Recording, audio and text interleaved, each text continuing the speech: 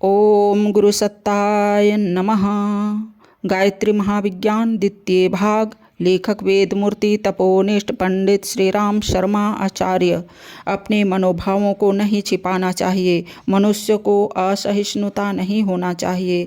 दूसरे की स्थिति को देखकर उसके अनुसार आचरण करें। अपने मनोभाव और मनोवृत्ति को छिपाना छलकपट और पाप है। जैसे भीतर है वैसे ही बाहर प्रकट कर दिया जाए तो वह पाप निवृत्ति का सबसे बड़ा राजमार्ग है। स्पष्ट कहने वाले, खरी कहने वाले, जैसा पेट में है वैसा मुंह से कहने वाले लोग चाहे किसी को कितने ही बुरे क्यों न लगे, पर वे ईश्वर के आगे, आत्मा के आगे अपराधी नहीं ठहरते। जो आत्मा पर असत्य का आवरण चढ़ाते रहते हैं वे एक प्रकार के आत्महत्यारे हैं।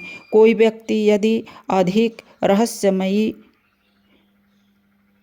रहस्यवादी हो, अधिक आपराधिक कार्य करता हो तो भी वह अपने कुछ ऐसे आत्मीय जनविश्वासी जीव अवश्य रखना चाहता है जिनके आगे अपने सब रहस्य प्रकट करके मन हल्का कर लिया करे।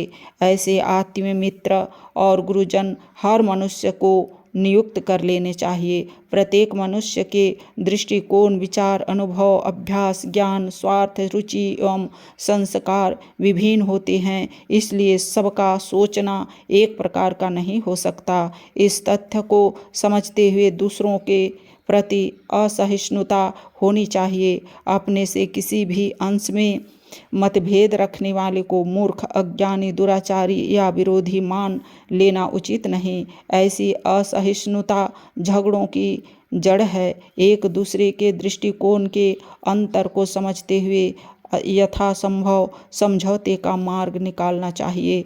फिर भी जो मतभेद रह जाए उसे पीछे धीरे धीरे सुलझाते रहने के लिए छोड़ देना चाहिए। संसार में सभी प्रकृति के मनुष्य हैं। मूर्ख, विद्वान, रोगी, स्वस्थ, पापी, पुण्यात्मा, पाखंडी, कायर, वीर, कटुवादी, नम्र, चोर, ईमानदार, निंदनीय, आदर्शपद, स्वधर्मी, विधर्मी, दयापात्र, दंडनीय, शुष्क, सरस, भोगी, त्यागी आदि परस्पर विरोधी स्थितियों के मनुष्य भरे पड़े हैं। उनकी स्थिति को देखकर तदनुसार उनके भाषण, व्यवहार, सहयोग करें।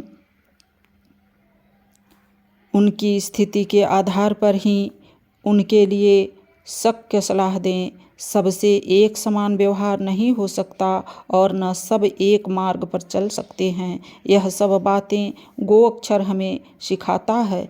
ओम शांति।